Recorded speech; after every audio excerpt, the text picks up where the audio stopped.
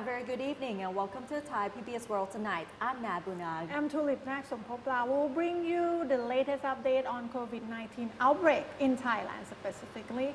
And sometimes it's related to the neighboring countries, but mostly we'll give you update about things that are happening in Thailand. But today is a little special because there is a big event going on in Washington, D.C.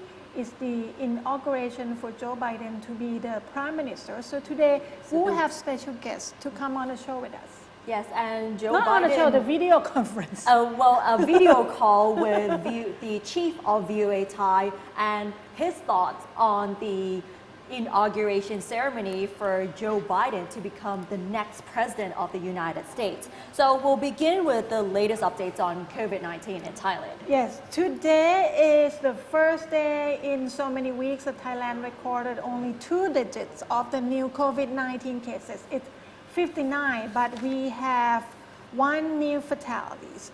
Thailand recorded 59 new COVID-19 cases with 1 new fatality. The latest report brings the country's total cases to 12,653 and total fatalities to 71.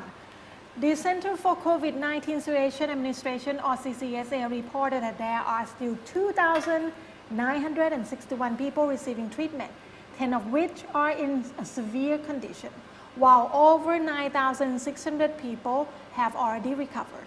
The fatality was a 48-year-old woman from Tak province. She was a driver for migrant workers in Mesot district.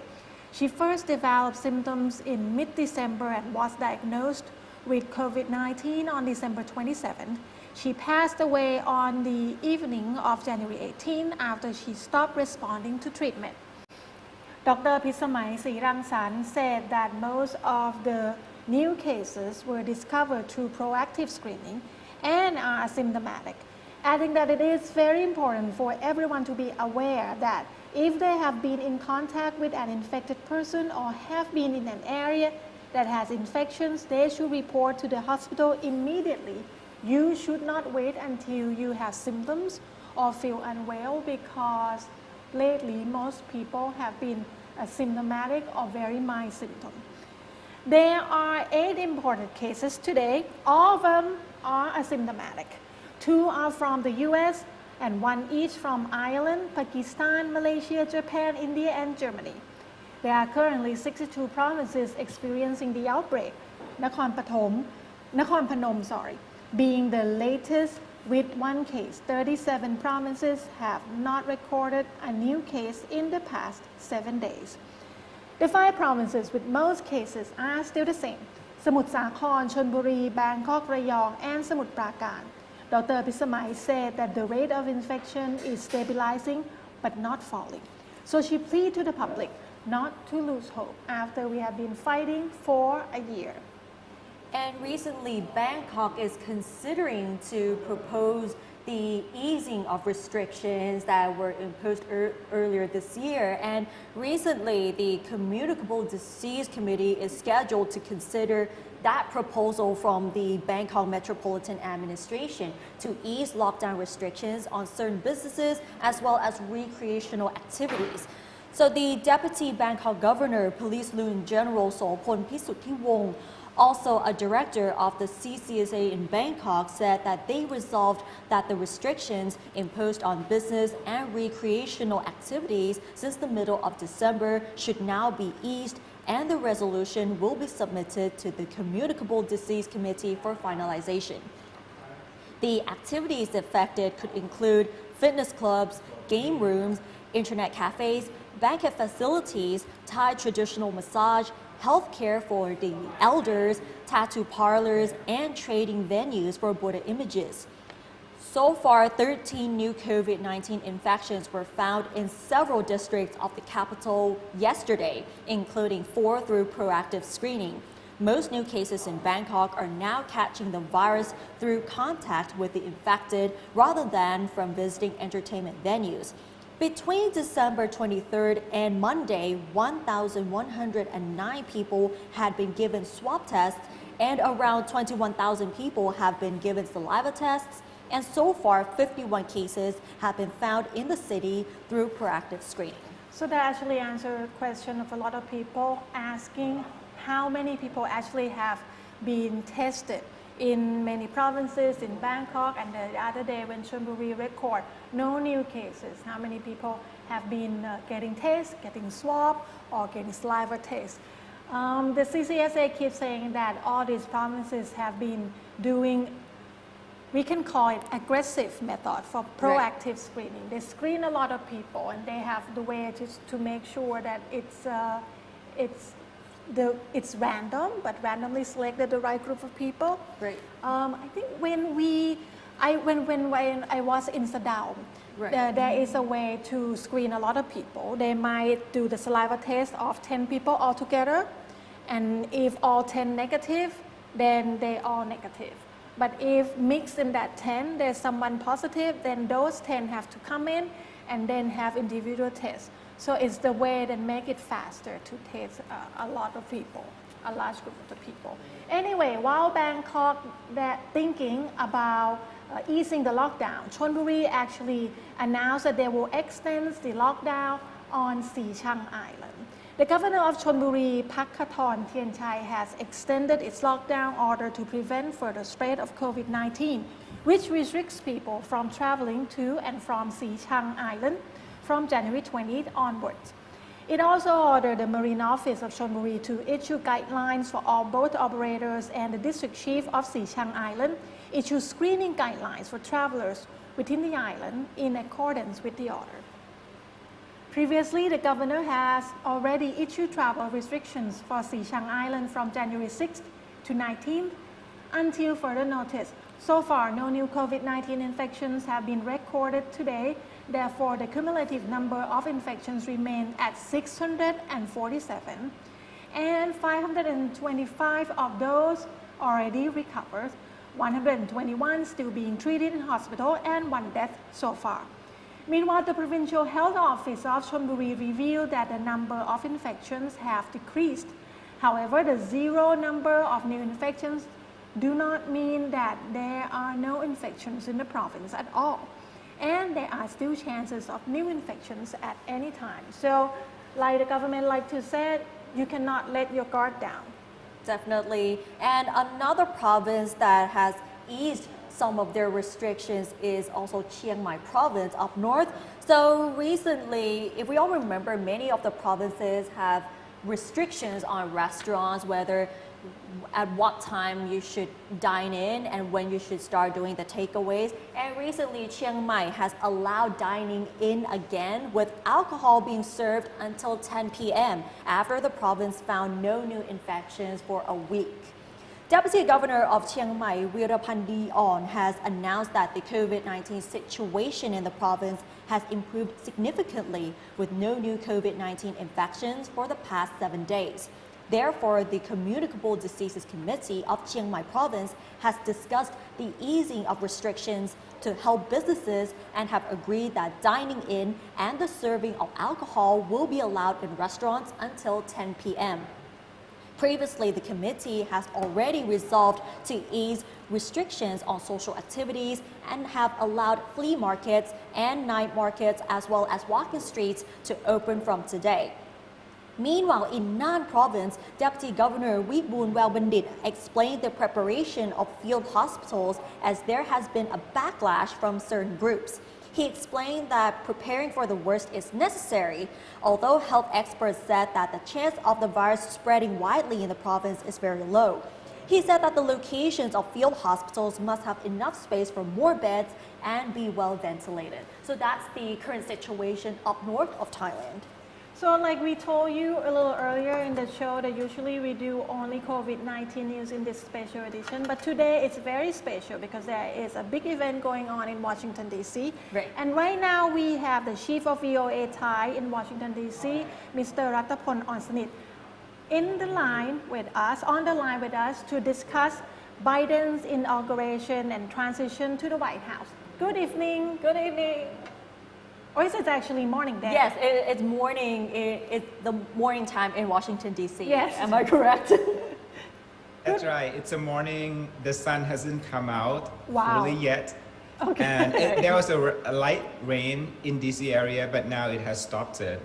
Okay, so how is the mood there? I read in the news they will limit number of people that will be on the street to welcome the motorcade. They will limit number of people at the National Mall. But how is the mood overall?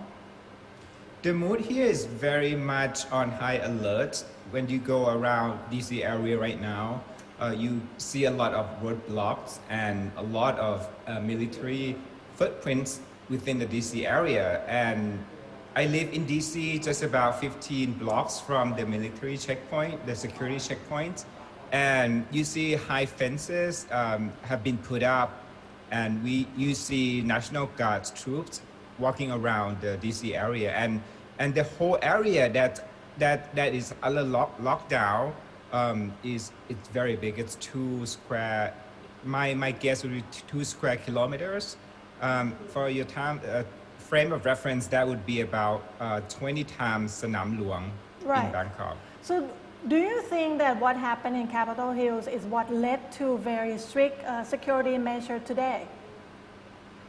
Because the riots on the 6th of January, after that, they have been beefing up the security measures since then, and they increased the number of National Guards pretty quickly.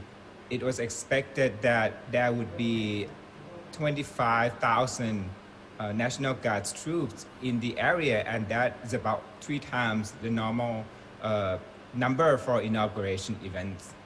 But now that Washington, D.C. is on a lockdown at the moment, what is it like for you? I live in Capitol Hill, not very far from the Capitol building.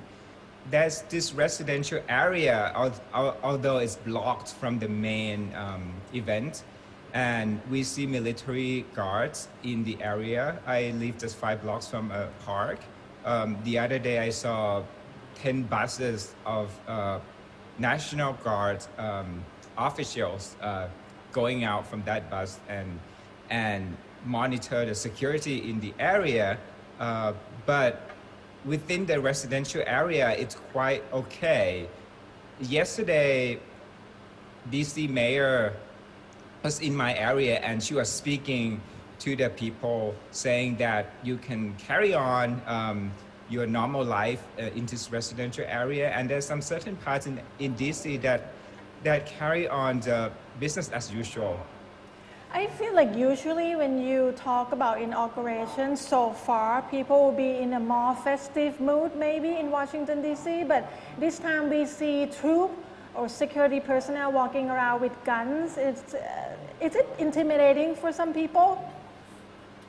The military personnel in the area of Capitol Hill, near where the people live, they don't project the image of threatening, but if you get closer to the inauguration events, the venue, you start to see more of the guards carrying arms. But in general, people who live in residential area could carry on their life. For reporters, though, I would say that when you get into the broadcasting zone or broadcasting village, that they have stations for a TV broadcaster, you start to see more requirements to get into that area. For example, you have to carry a press badge, you have to fill in health questionnaire. This is for COVID-19 in DC. And you also have a special letter from your agency saying that you can get into the reporting zone in the Capitol. Right, so with the security measures for the inauguration ceremony, do you think that there's some sort of indication that there would be potential violence, just like what happened at the Capitol a few weeks ago? Can you repeat the question again? Are there any indications that there would be potential violence, just like what happened a few weeks ago at the Capitol? So there's a report about a few days ago when there's some concern that there might be some of the National Guard's personnel planning to be planning some violence, and then the defense ministry, the Pentagon has checked all the backgrounds of people, and it turns out that they said that there's no indication from intelligence that suggests there'll be violence. However, there's a small number of National Guards personnel that got removed from the force that's keeping security today because after the background checked. But so far we don't have much explanation why that small number of military personnel got removed from that duty for today. So let's talk about Mr. Number 45 a little bit. He pardoned over 70 people just hours before he out of the office. Would you consider that dropping a bomb on the next president? It's quite a tradition that there will be final hours pardons or clemency for people who have been convicted. For President Trump, the total number of clemency and pardons is about 140 something. And for his full term, I think it would be over 200. Okay. However, when you compare that number with President Obama, who was in the office for 2 terms, the number for during Obama administration is about 2,000. Wow. And if you look at FDR, former President Franklin Roosevelt, that number is 2,800 clemency and pardons. Okay. But FDR were in office for 4 terms. So do you think that the media has been, polarizing the news maybe? Because if you compare to previous presidents, 100 something or 200 total isn't that much at all. I think the media are paying attention to who get pardoned, and those people were close aides to President Trump. For example, Paul Manafort, former chairman of his campaign, and also Michael Flynn and Steve Bannon, who is a very controversial advisor to the president. So the media is paying attention to these individuals because they have made big headlines before. Right. So for the future of U.S. politics, what is going to happen from now on? So today is a final closure for Trump presidency, and it's the beginning of Biden presidency, and Biden would set the tone of unity. You can actually see visually in Washington, D.C., there's a flag, about 200,000 flags are planted in the National Mall area, and that signifies flags from each state and the U.S. flags, and that's project the image of a unity, inclusiveness. At the same time, President-elect Biden also planned to give a speech under the theme unity. So it's a beginning of new era, and he wanted to be about national reconciliation. Right. However, he also have to work on the politicking to push forward his idea and his agendas.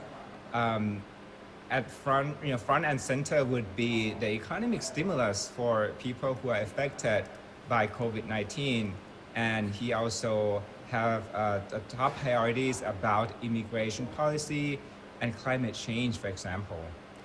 As a media, in Thailand, when you change political parties that leading the government, there will be some policy, the management, how they manage the media, change from government to government.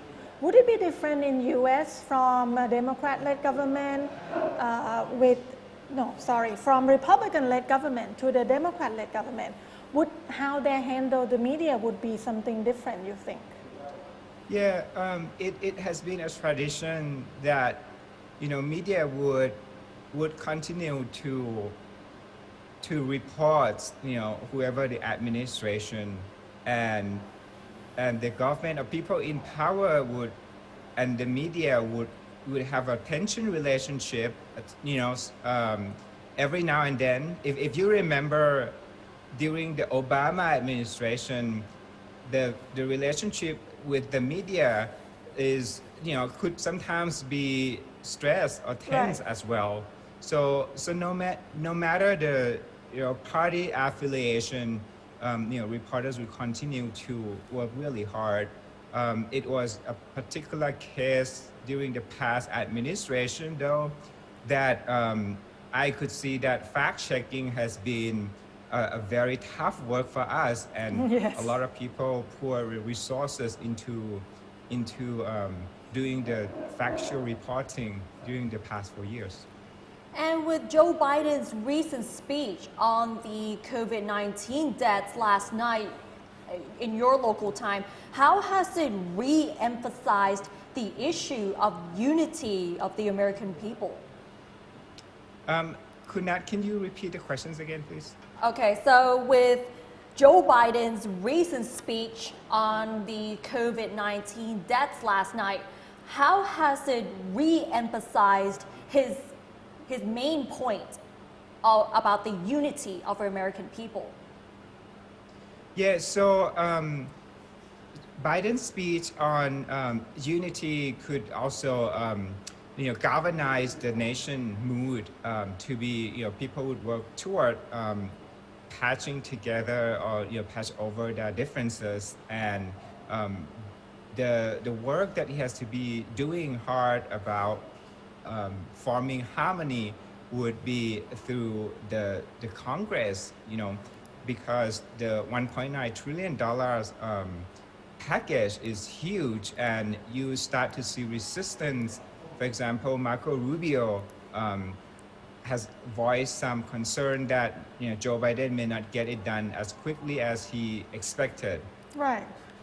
Well, a lot of people said that whatever happened with Trump and the Capitol Hill make the transition and the first couple of years of Joe Biden will be even more complicated or harder than he expected.